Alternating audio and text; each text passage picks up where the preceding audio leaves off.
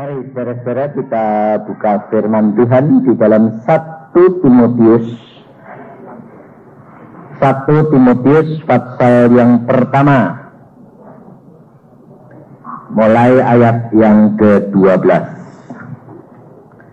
1 Timotius pasal yang pertama, mulai ayat yang ke-12. Demikian firman Tuhan. 1 Timotius pasal 1 mulai ayat 12. Aku bersyukur kepada Dia yang menguatkan aku, yaitu Kristus Yesus, Tuhan kita, karena Ia menganggap aku setia dan mempercayakan pelayanan ini kepadaku. Aku yang tadinya seorang penghujat dan seorang penganiaya dan seorang ganas, tetapi aku telah dikasihaninya, karena semuanya itu telah kulakukan tanpa pengetahuan, yaitu di luar iman. Malah kasih karunia Tuhan kita itu telah dikaruniakan dengan limpahnya kepadaku dengan iman dan kasih dalam Kristus Yesus. Perkataan ini benar dan patut diterima sepenuhnya. Kristus Yesus datang ke dunia untuk menyelamatkan orang berdosa. Dan di antara mereka, akulah yang paling berdosa. Tetapi justru karena itu aku dikasihani, agar dalam diriku ini, sebagai orang yang paling berdosa, Yesus Kristus menunjukkan seluruh kesabarannya. Dengan demikian aku menjadi contoh bagi mereka yang kemudian percaya kepadanya dan mendapat hidup yang kekal, hormat dan kemuliaan sampai selama-lamanya bagi Raja segala zaman, Allah yang kekal, yang tak nampak, yang esa. Amin. Saudara, kita kerap kali menanggapi firman Tuhan itu menurut kepikiran kita sendiri. Sehingga kerap kali banyak orang Kristen itu kecewa, saudara. Karena apa? Karena keinginannya tidak tercapai. Kita lihat, saudara, keadaan daripada Rasul Paulus. Mengapa Rasul Paulus justru dapat merasakan kasih karunia Tuhan, padahal di dalam hidupnya Rasul Paulus penuh dengan penderitaan. Kalau saudara baca riwayatnya Rasul Paulus, tidak ada rasul yang menderita seperti Rasul Paulus. Luar biasa penderitaannya. Tapi mengapa justru di dalam hal seperti itu dia dapat mengucap syukur? Karena dia sudah mengenal siapa Bapaknya, siapa Yesus Tuhannya, siapa yang dia percayain itu. Sehingga dia tidak pernah kecewa. Ini saudara, yang kita harus belajar. Dia berkata di sini, di dalam ayat yang ke-12, aku bersyukur kepada Dia yang menguatkan aku, yaitu Kristus Yesus Tuhan kita, karena Ia menganggap aku setia. Bagaimana dia sampai dapat menyatakan bahwa dia dianggap setia? Karena hatinya ini loh saudara, hatinya. Maka Tuhan berkata, orang itu tidak dilihat dari luarnya, penampilannya, tapi Tuhan mengatakan dilihat dari hatinya. Kalau kita, saudara, kita lepaskan sejenak. Rasul Paulus sebelum dia bertobat. Dia mengatakan, aku orang yang ganas. Aku orang yang kejam. Aku orang yang menganiaya. Aku orang yang paling berdosa. Kira-kira kalau kita lihat ada anak muda yang jahatnya luar biasa sama orang Kristen, mukuli, ngajar, menjarakan, menganiaya, bahkan membunuh orang Kristen. Kira-kira saudara percaya enggak kalau dia bakal menjadi alat Tuhan yang luar biasa? Bisa enggak? Bisa toh? Tapi kira-kira kalau kamu lihat kekejamannya kayak gitu, kamu bilang apa? Kamu bisa bilang, ini nanti dipakai Tuhan, luar biasa. Atau orang kayak gini kok enggak mati-mati? Ngerti enggak, saudara? Iya dah. Kita kerap kali terpancing oleh apa yang kita lihat, apa yang kita dengar. Tetapi Tuhan melihat apa yang di dalam hati. Mengapa saudara menjadi orang Kristen kerap kali setiap janji Tuhan itu tidak tergenapi? Apa Tuhan yang salah? Tidak mungkin.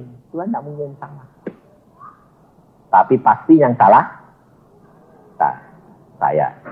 Nah, tetapi kerap kali kita tidak bisa mencapai. Karena apa, saudara? Karena saudara salah mengerti. Membaca Alkitab kerap kali salah tangkap. Karena apa?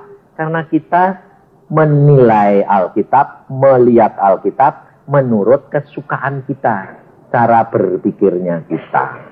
Kita tidak pernah mau melepaskan cara berpikir kita yang lama. Kalau saudara sudah baca Alkitab, kerap kali saudara merasa gini enggak? Oh, ini sudah tak baca bolak-balik. Ayo, kerap kali gitu enggak? Iya dah. Kalau saudara sudah baca, merasanya sudah baca, pasti kamu enggak dapat apa-apa. Kenapa? Karena dalam pikiranmu sudah ada. Oh, ini aku sudah ngerti. Padahal ini firman Tuhan. Kalau baca Alkitab, itu jangan merasa, oh ini sudah tahu. Kamu harus tahu, memang Alkitab ini cuma segini. Tetapi Allah, Tuhan kita, Yesus Kristus, selalu baru. Sebab ini saya alami sendiri, saudara. Saya itu menginjil mulai tahun 80 itu secara penuh jadi hamba Tuhan. Jadi praktek dokter giginya saya tutup, semuanya saya keluar dari pemerintah, jadi direktur, saya keluar dan saya jadi hamba Tuhan mulai tahun 80 sampai sekarang. Tetapi sebelumnya itu saya sudah mengajar, sudah khotbah di gereja tiap minggu dan Sabtu. Saudara, Alkitab ini sudah saya baca 80-90 kali. Tapi tiap kali saya baca, saya selalu dapat baru. Sampai saya berkata, Tuhan, ini ayat ini kok selalu ngomong terus. Tuhan bilang, firmanku selalu baru.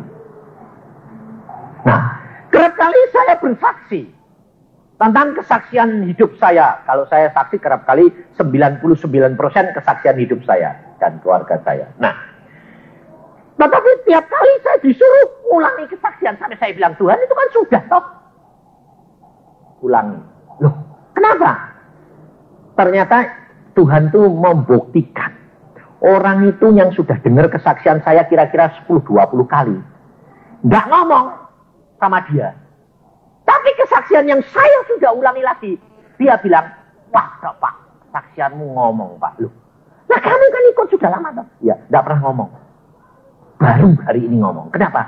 Pas aku ngalami kayak kamu. Jadi ternyata kalau kita itu tidak ngalami sendiri, kerap kali dengar ya dengar, tapi lewat tok toh. Benar enggak? Maka dari itu saudara, selalu saya ajarkan alami. Kalau engkau tidak ngalami sendiri, maka pada satu saat engkau menghadapi tantangan, engkau akan gugur. Tapi kalau engkau sudah ngalami, apapun boleh terjadi, engkau tidak akan gugur.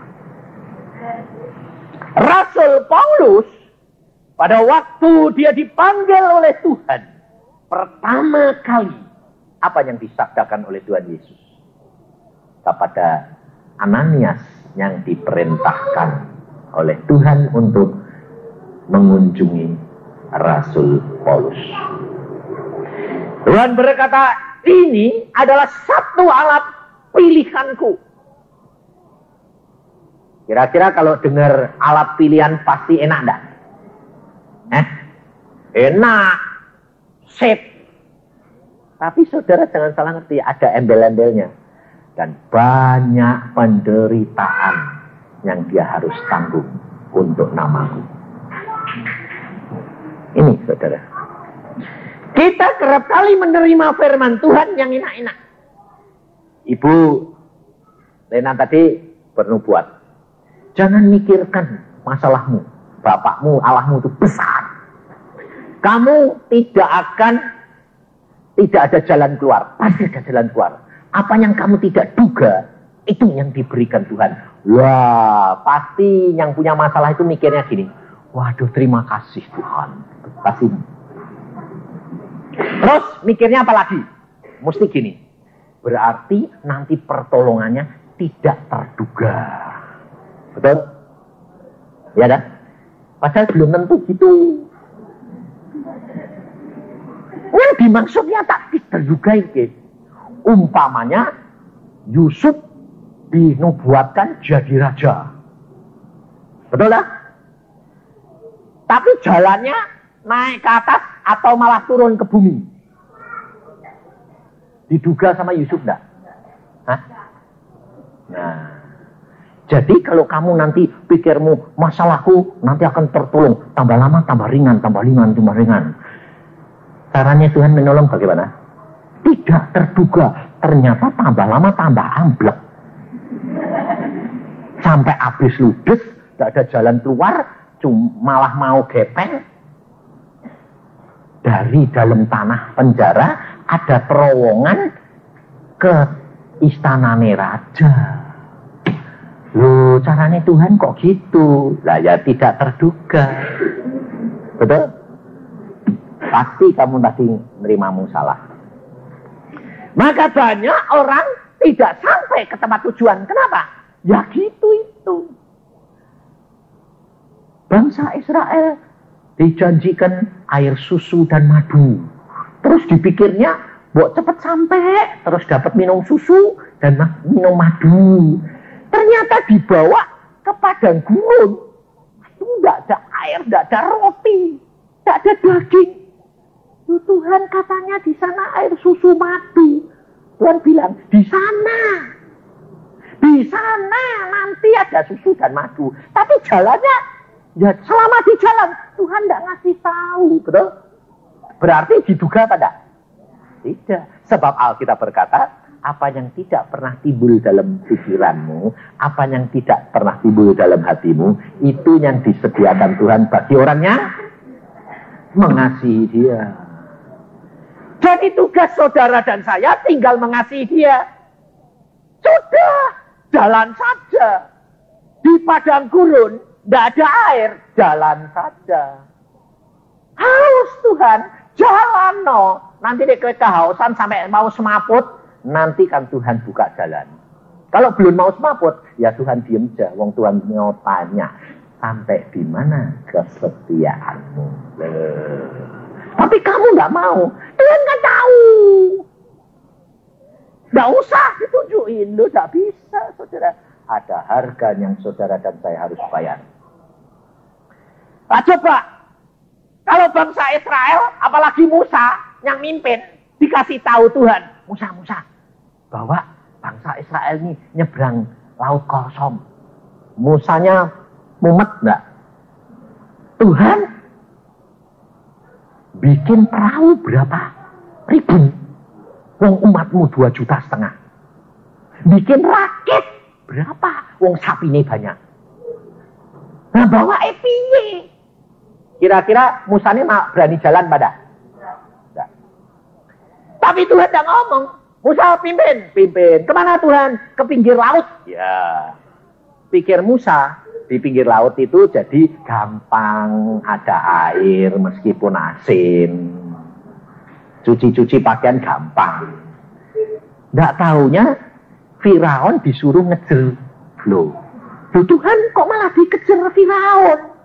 Iya. Loh kok iya piye? Ini kan mau anak-anakmu kecepet.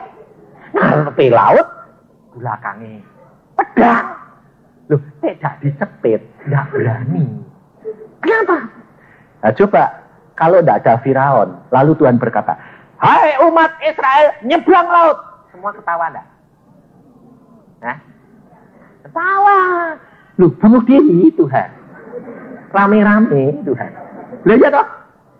Tapi kalau dikejar oleh Firaun, ada pedang, mereka lihat, wih, ganas pedang. Daripada pedang, milih air, betul. Ya toh? Kamu milih mana? Milih pedang atau nyemplung nih? Meskipun tidak bisa berenang. Seandainya kamu di belakang, depanmu kolam, kali, belakangmu pedang. Milih nyemplung atau milih balik pedang, weh? Nyemplung. Sebabnya tidak nyemplung ya, lumayan sopo ngerti. Selamat. Meskipun cintir ya dah. Daripada pedang, cepet. Nah, karena Tuhan itu tahu kalau saudara itu tidak dipaksa, tidak akan berani. Dipaksa, sudah gemeteran, lalu Tuhan berkata kepada Musa, belah air sungai Yordan. Musa tidak pikir panjang, pakai tongkatnya, belah. Waktu belah, saudara perhatikan, dinding air itu kan puluhan meter tingginya. Lalu di tengahnya kering. Lalu Musa berkata, nyebrang. Tidak mikir lagi kalau airnya nanti numpuk. Cepat deh, lari secepat-cepatnya. Saudara, kita kerap kali harus dihadapkan dengan satu kenyataan yang tidak ada jalan keluar.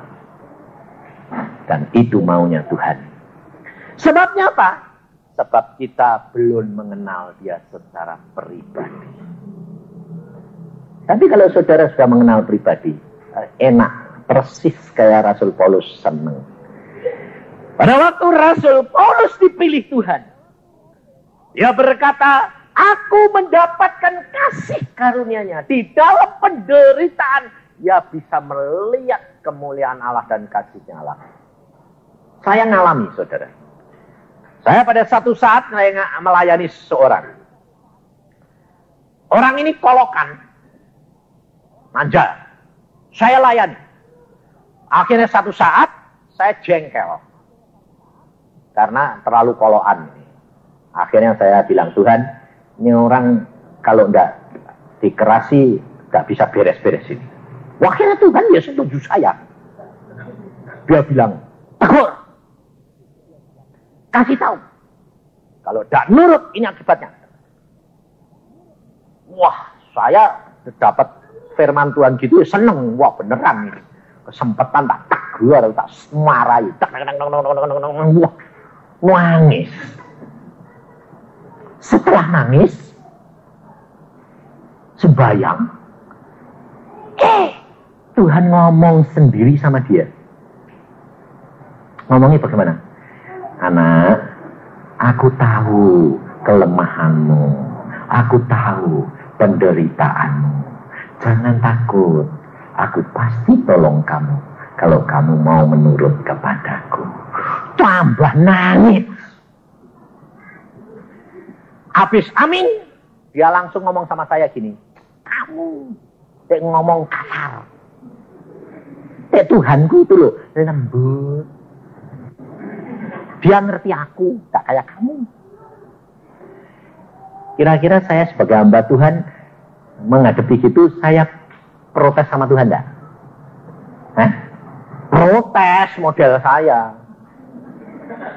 Saya langsung gini, ya Tuhan, engkau itu kan aneh. Aku mau suruh negor. Tak tegur. Habis itu mau datangi dengan lembut. Seolah-olah kan aku salah Tuhan. Betul enggak? Betul enggak? Jawabannya Tuhan bilang apa? Yusa, justru aku tuh sayang kamu. Loh, kayak sayang aku. Nah kok kau gak bela aku? Kok malah mbok blosoke? Kok salah ke? Betul lah? Seolah-olah dah. Kamu perhatiin. Di mana letak kesayanganku padamu? Gini. Kalau aku benerno kamu, anak orang itu tak marahi. Orang itu nanti cinta kamu atau cinta aku? Cinta Yusa, betul. Tapi kalau engkau yang marahi, aku datang lembut, dia cinta kamu atau cinta aku? Nah, cinta Yesus. Nah, kalau dia cinta aku seneng dah. Ya. Nah, kamu untung dah. Untungku di mana? Alkitab berkata, kalau kamu dihina karena aku, upahmu besar. Oh. Satu, kamu dapat upah besar. Kedua, kalau engkau tidak disayang dia menyayang aku. Aku tidak cemburu dan engkau tidak aku buang. Kalau dia sayang kamu, aku cemburu, aku gak seneng. Berarti aku sayang kamu, aku melindungi kamu supaya kamu jangan jatuh. Betul gak? Saya dengar gitu, ya Tuhan bener ya. Wah, engkau tuh sayang luar biasa sama aku. Maka dari itu kalau saya dipakai Tuhan, mau orang itu maki-maki, saya mesem. Karena justru itu perlindungan Tuhan terhadap diri saya. Saudara, kalau engkau mengerti jalan pikirannya Tuhan, bahwa setiap tindakannya dia baik, maka engkau dan saya akan menjadi hambanya yang setia. Itu yang Tuhan mau. Maka Rasul Paulus membuktikan di dalam keadaan yang terjepit sekalipun, dia tahu rencananya Bapa itu luar biasa. Salah satu kita lihat, kita buktikan. Saudara, firman Tuhan yang dikatakan kepada Rasul Paulus oleh Tuhan Roh Kudus sama dengan yang dikatakan Roh Kudus kepada Nabi Agabus maupun Nabi ataupun murid-murid Tuhan yang lain. Tapi tanggapannya berbeda. Di sini kita lihat iman dan percaya kita dan pengenalan kita. Lihat di dalam Kisah Rasul pasal yang ke-20.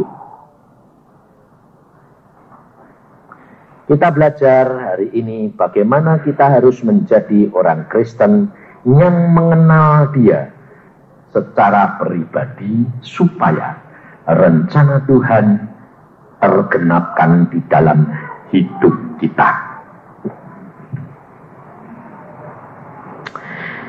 Kisah Rasul pasal 20 mulai ayat 21. Aku senantiasa bersaksi kepada orang-orang Yahudi dan orang-orang Yunani supaya mereka bertobat kepada Allah dan percaya kepada Tuhan kita Yesus Kristus. Tetapi, perhatikan ayat 22. Tetapi sekarang sebagai tawanan roh aku pergi ke Yerusalem. Dan aku tidak tahu apa yang akan terjadi atas diriku di situ, selain daripada yang dinyatakan Roh Kudus dari kota ke kota kepadaku, bahwa penjara dan sengsara menunggu aku. Perhatikan saudara firman Tuhan ini. Di dalam firman Tuhan ini Rasul Paulus dia menginjil. Tetapi satu saat dia berkata, tetapi sekarang aku sebagai tawanan roh. Tawanan itu sukarela atau paksaan? Paksa toh? Kenapa Rasul Paulus di ayat ini dia berkata, tapi aku sekarang di dalam tawanan roh. Karena pada saat itu Rasul Paulus belum dapat merelakan dirinya 100%. Maka saya ngerti, oh Tuhan, beberapa tahun yang lalu Engkau berkata kepada saya, Tuhan ngomong apa? Bisa. Kenapa engkau tidak berdoa kepadaku, minta kepadaku? Minta apa Tuhan? paksakan rencanamu dalam hidupku Tuhan. Kenapa harus dipaksa Tuhan? Sebab kalau engkau tidak minta, Bapakmu tidak akan dapat memaksakan, karena setan menuntut. Dan engkau tahu, manusia tidak ada yang tidak mengasihi dirinya sendiri. Baru saya tahu. Sejak itu saya selalu berdoa, Tuhan paksakan rencanamu dalam hidupku. Supaya tergenapkan. Karena aku tahu daging ini selalu menolak. Karena rencana Tuhan belum tentu enak dalam hidup kita. Tetapi saudara dan saya harus tahu pasti indah, betul? Maka Rasul Paulus berkata, sekarang aku sebagai tawanan roh, aku pergi ke Yerusalem. Dan Roh Al Kudus menyatakan, penjara dan sengsara menantikan aku. Kira-kira kalau saudara dapat firman Tuhan gitu, kamu pergi ke Yerusalem enggak? Ayo gue. Kalau kamu dikasih tahu, ini umpamanya, kalau engkau nanti ini pulang, kamu bakal mengalami celaka di jalan. Lebih enak tidur di sini atau pulang? Hah? Hah? Milih tidur di sini lah daripada di rumah sakit, betul? Saudara, lihat, perhatikan. Firman Tuhan sama. Perhatikan pasal 21 ayat yang keempat. Maka kita harus belajar, saudara, bagaimana kita menanggapi firman Tuhan. Ayat 4 pasal 21 Kisah Rasul. Di situ kami mengunjungi murid-murid dan tinggal di situ 7 hari lamanya. Oleh bisikan roh, murid-murid itu menasihati Paulus supaya ia jangan pergi ke Yerusalem. Ayat 10. Setelah beberapa hari kami tinggal di situ, datanglah dari Yudea seorang nabi bernama Agabus. Ia datang pada kami lalu mengambil ikat pinggang Paulus sambil mengikat kaki dan tangannya sendiri. Ia berkata, demikianlah kata Roh Kudus, beginilah orang yang mempunyai ikat pinggang ini akan diikat oleh orang-orang Yahudi di Yerusalem dan diserahkan ke dalam tangan bangsa-bangsa lain. Mendengar itu, kami bersama-sama dengan murid-murid di tempat itu meminta supaya Paulus jangan pergi ke Yerusalem. Nah, firman Tuhannya yang didengar Paulus, firman Tuhan yang dikatakan oleh Nabi Agabus, firman Tuhan yang dikatakan Roh Kudus kepada murid-muridnya, sama enggak? Bahwa di Yerusalem menantikan penjara dan aniaya. Sama enggak? Tapi tanggapannya berbeda enggak? Paulus menanggapi bilang apa? 24 ayat pasal 20 ya. Ayat 20 pasal 20 ayat 24. Tetapi aku tidak menghiraukan nyawaku sekali sedikit pun, asal saja aku dapat mencapai garis akhir dan menyelesaikan pelayanan yang ditugaskan Tuhan Yesus kepadaku untuk memberi kesaksian tentang Injil kasih karunia Allah. Saudara, tanggapan Paulus mendapat firman Tuhan seperti itu, dia tidak gentar. Mengapa? Karena dia tahu apa yang firman Tuhan katakan pasti itu baik. Biarpun itu tidak enak. Ini loh saudara. Maka Tuhan berkata kepada saya dulu, jangan mengasihi diri sendiri. Jangan menerima firman Tuhan dengan kacamata mengasihi diri sendiri. Karena engkau akan terkecoh. Kamu harus memandang firman Tuhan dan menerima firman Tuhan dengan pikiran tertuju kepada Kristus. Semuanya indah. Apapun yang kau rencanakan baik Tuhan. Ternyata saudara perhatikan, murid-murid Rasul Paulus sendiri menasehati, meminta dengan sangat supaya Paulus jangan pergi ke Yerusalem. Kalau Paulus tidak pergi ke Yerusalem, rencana Tuhan jadi tidak? Tidak. Gagal tidak? Paulus dapat apa? Tidak dapat upah, saudara. Tetapi Paulus berani ambil langkah. Ya tetap ke Yerusalem. Akhirnya ditangkap di Yerusalem. Dan apa terjadi? Ya ketemu sendiri dengan Tuhan Yesus. Pasal 23 ayat 11. Pada malam berikutnya Tuhan datang berdiri di sisinya dan berkata kepadanya, kuatkanlah hatimu, sebab sebagaimana engkau dengan berani telah bersaksi tentang aku di Yerusalem, demikian jugalah hendaknya engkau pergi bersaksi di Roma. Saudara, banyak orang berkata kepada saya, Pak, saya kepengen ketemu Tuhan Yesus, Pak. Saya bilang, bayar harganya. Harganya apa sih, Pak? Nurut Tuhan, meskipun itu menderita. Wah, berat ya, Pak. Loh, katanya kepengen ketemu Tuhan. Bayare, Pak. Kan Tuhan sayang, Pak. Nggak kepengen aku menderita. Loh, Tuhan nggak pernah kepengen kamu menderita. Tapi Tuhan tahu cara yang terbaik untuk kamu. Sebab kamu bandel. Kalau nggak dikasih penderitaan, nggak nurut, betul? Dikasih berkat, minta berkat, dikasih berkat lupa Tuhan. Ayo.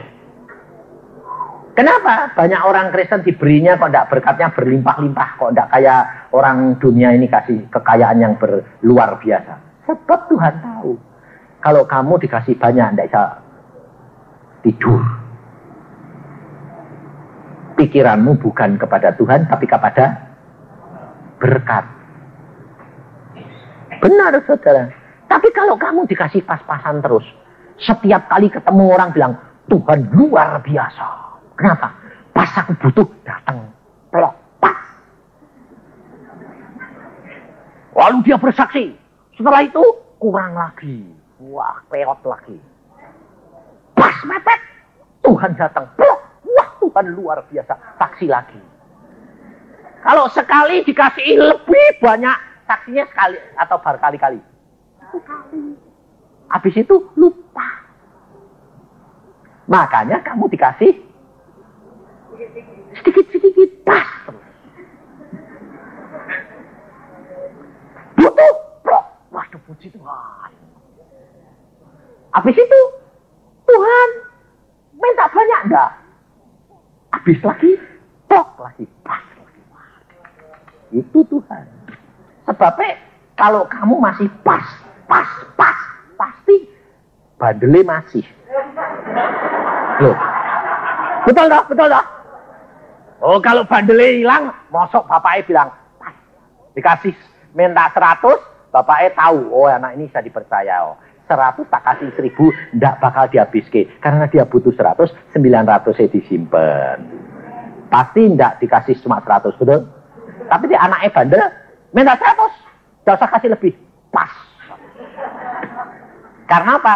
Kalau dikasih banyak, lupa. Ndak pernah balik rumah, sampai duitnya habis, akhir balik meneh. Wah, bapaknya bilang, saya dikasih lebih, ndak balik-balik. Saya dikasih pas, tiap hari balik, wong pas. Wah, kayak tiap hari lah.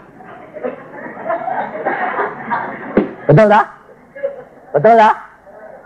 Ya, kamu sampai sekarang ini masih pas-pasan atau sudah berkelimpahan? Masih pas-pasan? Wah, masih bandel kabeh. Masih bandel kabeh ini. Tandanya bandel kabeh ini tandanya. Sebab saya ngalami, saudara. Saya dididik Tuhan berpuluh-puluh tahun.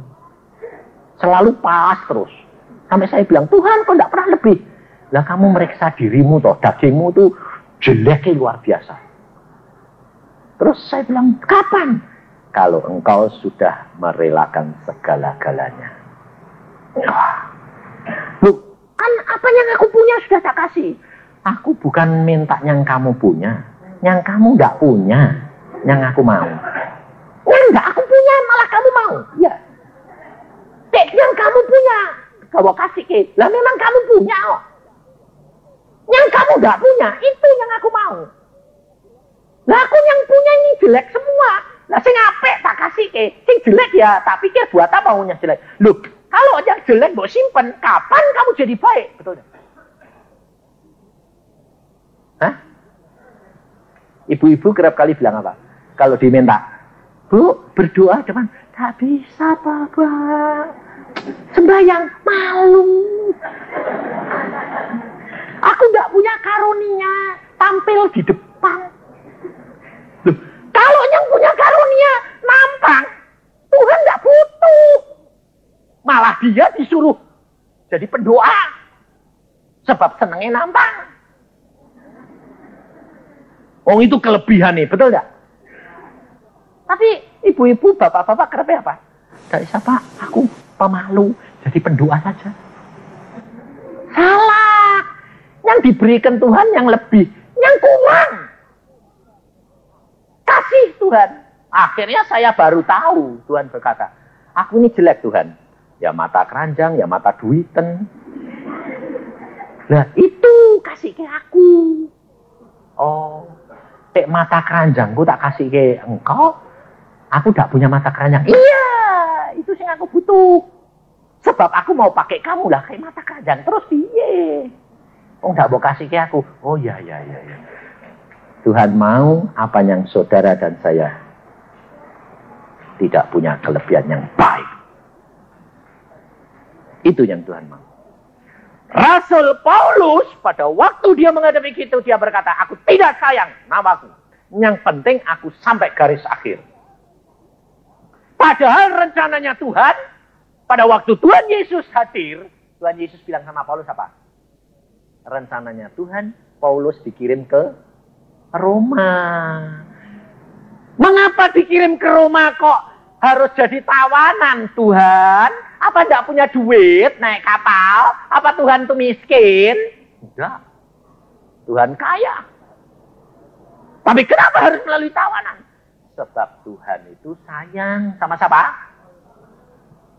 Hah? Sama kaisar. Loh, sebab kalau dia tidak jadi tawanan, tidak bakal dia bisa menghadap kaisar. Betul? Tidak bisa dia menginjil kepada kaisar. Pada waktu itu harus kaisar yang mengadili Paulus. Sehingga Paulus menghadap kaisar. Ditanya, salahmu apa? Dia saksi tentang hal Yesus Kristus. Jadi kalau kaisarnya tidak bertobat, mati. Dia bilang, aku tidak diinjili. Siapa bilang? Paulus menginjili kamu. Meskipun jadi tawananmu. Nah, Paulus tidak dituntut. Saudara kan? Kita kerap kali tidak tahu rencananya Tuhan. Kita maunya apa? Menurut rencana kita. Kalau dapat kesaksian seperti ini coba, pasti senang kamu. Ada seorang anak Tuhan, dia membawa apa yang dia punya cuma satu sapi. Dan dia harus bawa ini pergi ke tempat kota lain untuk dipersembahkan. Nah, tetapi pada waktu dia ini tidak punya duit, duitnya itu pas-pasan buat naik kereta api, jadi dia tidak bisa naik truk, jadi dia pergi ke stasiun itu jalan, bawa sapinya. Wong itu punyanya satu-satunya. Tapi karena jalan kaki, kereta apinya sudah jalan telat. Telatnya tidak tanggung-tanggung 3 jam. Akhirnya dia kecapean karena harus menunggu besok. Padahal besok upacaranya. Kereta apinya jam 6. Dia datang sudah jam 9. Nunggu kereta api lagi buat besok jam 6. Daripada itu terus dia bilang, Tuhan aku jalan ke sana ya tidak sampai. Buat besok ya upacaranya sudah mulai. Wes Tuhan, aku tak, karena capek pulang lagi ya capek, aku tak tidur ja. Wong aku memang nggak punya duit, nggak mau apa. Tidur diambil sapi ini. Gak stasiun. Saking kecapean tidur enak. Bangun pagi, dia mau pulang, pikirnya. Tapi dia lihat loh, aku ini tidur, tadi malam tidur di mana? Kok lain stasiunnya? Pikir-pikir, dilihat tanya, ini stasiun apa? Stasiun kota yang dia harus tuju. Aku tadi malam tidur di stasiun sana kok. Enggak, dari tadi malam itu kamu sudah di sini. Wong aku tuh lihat kamu, saya mau usir kamu tidur, tak bangunin enggak? Bangun. Enggak mungkin. Tuh, enggak mungkin. Ngaku yang jaga di sini. Dari jam 12 tuh kamu sudah di stasiun sini. Enggak mungkin. Kamu dari mana? Aku dari desa sana. Wong aku ketinggalan kereta api. Nah ya, kereta apinya ya sudah sampai. Lu aku ketinggalan. Enggak, kamu sudah di sini, mau pergi kemana lagi? Dia lalu tanya, loh Tuhan, aku kok sudah sini? Padahal kota ini yang dia mau tuju. Tuhan bilang apa? Lah aku kan tahu dek itu tidak punya duit. Adek nunggu besok, sapi ini kan tidak bisa dipotong. Wong upacarane hari ini. Wong upacarane itu nunggu sapimu. Gak ada sapi yang lain, wong miskin semua. Oh, nah terus aku pergi sini apa?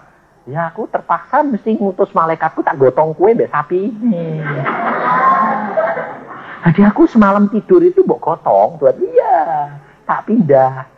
Oh, gak usah bayar ya Tuhan. Mbok lain kali aku digotong lagi. Loh.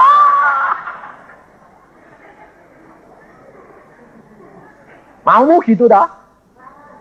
Maumu gitu dah? Ya dah? Ya. Tapi kalau kamu mau gitu, nunggu sampai kantongmu kempes. Mau? Nggak mau lagi ini. Nggak usah nunggu-nunggu lah Pak, salah kantongnya nggak kempes. Ini loh saudara.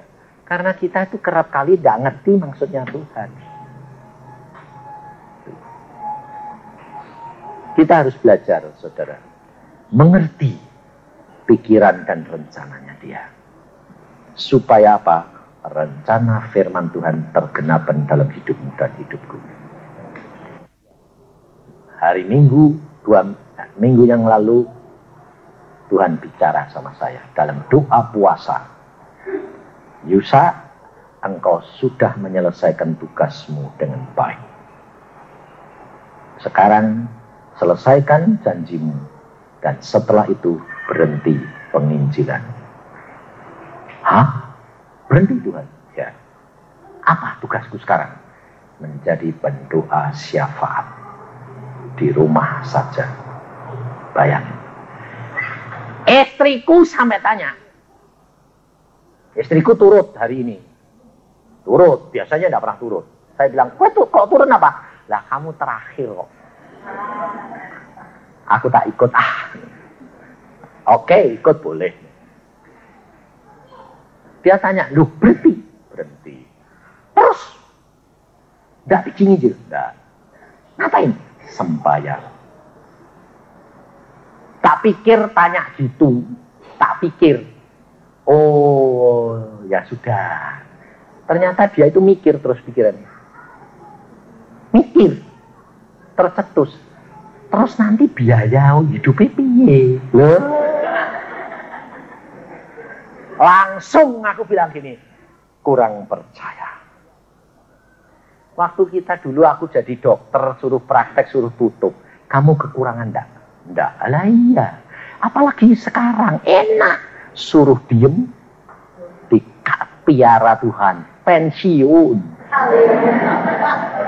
Loh, iya dah. Kalau pensiun manusia, sedikit pensiunnya Tuhan itu penuh. Karena apa? Tuhan itu luar biasa. Wah, hebat sungguhan. Padahal kita ini sudah tiap hari melihat mujizat, saudara. Tapi kadang-kadang pikiran ini memang punya bayangan menakutkan. Maka kita harus tolak. Dan kita berdasarkan firman Tuhan, kita punya iman. Jangan takut. Saya bilang, tetap terjamin hidup kita. Kenapa? Dia sudah membuktikan. Pada waktu saya mau mantu, Tuhan bilang, kawinkan 2 anakmu sekaligus. Amin. Sekaligus Tuhan. Masih sekolah, enggak apa-apa. Kawin. Waduh. Saya mau kawin. Anak-anak saya kawin. Hah? Kawin. Masih sekolah kok. Tapi Tuhan suruh kawin. Wis, sembahyang dulu. Kamu tanya Tuhan dewek. Tanya Tuhan jawab. Iya nak, kawin.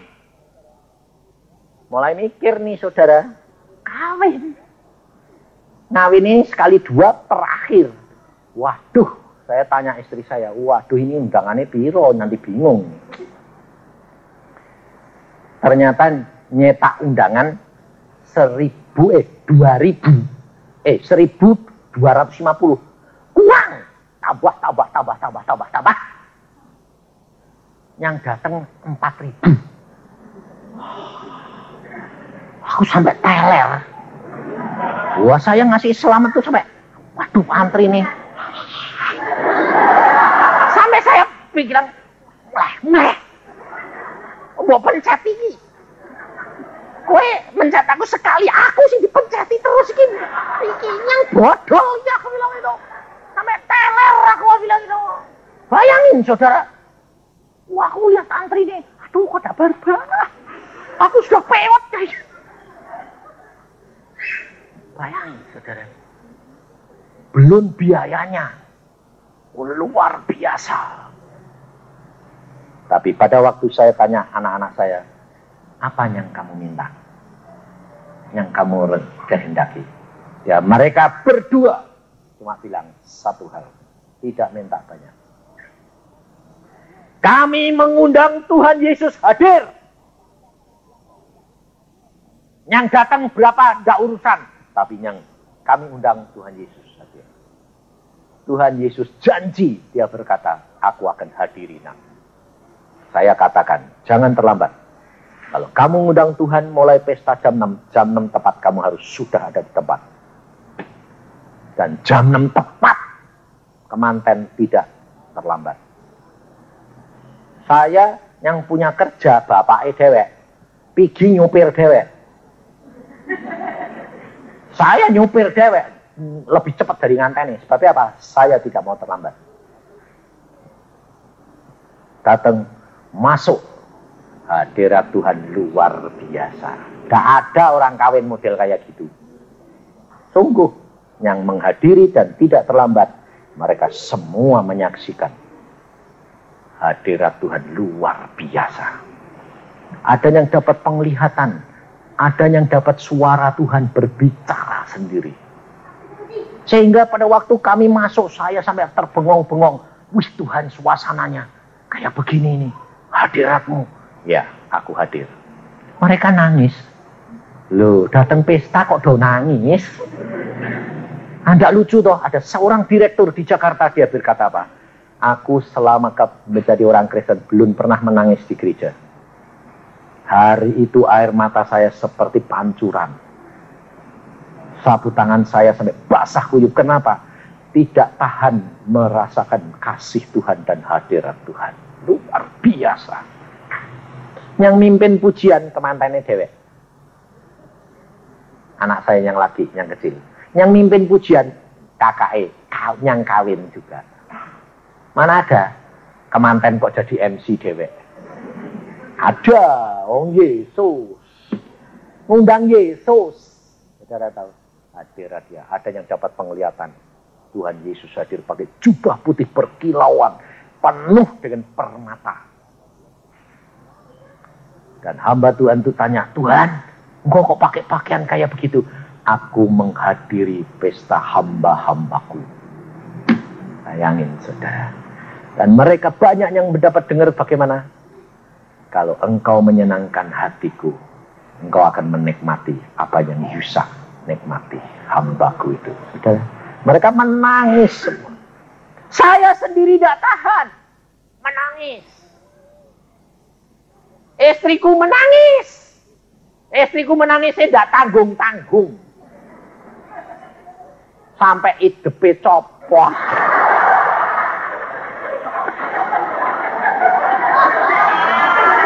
Lah dia nyenggol-nyenggol aku gini. Nang, kok pedes? Hidepu copot. Wah, air matanya ngocor terus. Diusek-usek gak sadar dia enak tambahan, tempelan. Lah copot kowe aku gitu. Wes lah ditambah-tambah reko-reko aku gitu. Saudara, tapi kita sukacita luar biasa. Karena apa? Karena hadirat Tuhan ada. Dan Tuhan tak pernah kurang, saudara. Saya sendiri mengeluarkan uang berapa sampai saya itu sampai melongo. Waktu ditagih. Berapa? Saya bilang bayari. Pak, makanannya itu 27,5 juta, Pak. Oh.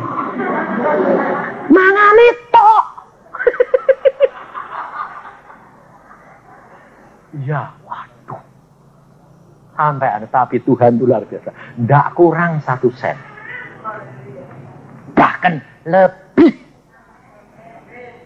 Dan semua habis berapa? 60 juta. Lebih. Tidak kurang. Wah, akhirnya anak-anak bilang, Pak, lebih tidak. Yang sumbangan punyamu ambil. PN. Tidak kurang, Pak. Tidak. Bapakmu kayau. Luar biasa Tuhan. Padahal kita tidak punya simpenan. Loh, tapi berlimpah. Tidak pas, tidak. Kamu masih pas toh? Nah itu. Ini lebih. Karena sudah nurut. Yang jelek-jelek sudah dikasih. Mata duitnya barang wis copot. Kayak IDP itu tadi blok. Sudah diserahkan. Saudara. Ini hidup kekristenan, saudara. Kalau engkau nurut dan menyenangkan, Tuhan tidak pernah mengecewakan engkau. Kita jadi saksi. Lebihnya sedikit atau banyak? Banyak. Kalau Tuhan kehendaki, nanti tanggal 24, satu keluarga kita ke Australia, jalan-jalan. Karena lebih. Sekali pergi semua pergi satu keluarga. Tiketnya tak hitung-hitung saja 11,5 juta. Tiketnya tok. Saya bilang, enggak apa-apa. Maka dari itu saudara, tidak usah takut, percaya. Setiap firman-Nya lakukan, maka Dia yang akan menggenapkan. Jangan tanya bagaimana caranya, bagaimana hambatan ini. Bukan masalahmu. Justru hambatan datang, justru kuasa Allah harus dinyatakan. Karena Dia berfirman, Dia bertanggung jawab, dan Dia menyelesaikan. Amin. Mari kita memuji Tuhan. Yesus sikia karata syakata kaya karata sikia keria kata kaya karata sekutuku. Tuhan Yesus, firman-Mu sudah hamba sampaikan. Anak-anak-Mu sudah mendengar di tempat ini. Mungkin seminggu lagi ya hamba-Mu sudah tidak pernah bertemu lagi dengan mereka. Tetapi hamba-Mu percaya Tuhan, firman-Mu tidak akan kembali dengan sia-sia. Kita tidak bertemu di dunia, tapi kita pasti bertemu di surga. Karena kami tahu Tuhan kami, Yesus Kristus, akan segera datang kembali. Terima kasih Tuhan akan kasih sayang-Mu, dan kami tahu rencana-Mu indah dalam hidup kami. Engkau lihat pada saat ini anak-anak-Mu Tuhan, kalau mereka di dalam kesulitan, kesukaran, biarlah mereka memeriksa hati dan pikirannya dan bertobat. Jangan membatasi kuasa Tuhan. Jangan menggerutu. Jangan ragu-ragu. Jangan khawatir. Dia pasti menolong kau dan saya. Tuhan, saatnya biar anak-anakmu menghadap Engkau. Mari Tuhan Roh Kudus Engkau yang beracara sekarang ini. Kalau Engkau mau berbicara silahkan. Supaya tiap pribadi kita mengerti apa rencanamu dalam hidup kami. Karena kami tahu rencanamu indah bagi kami. Yesus sikia karata syakata kaya karata sikia. Yesus. Dengar doa anak-anak.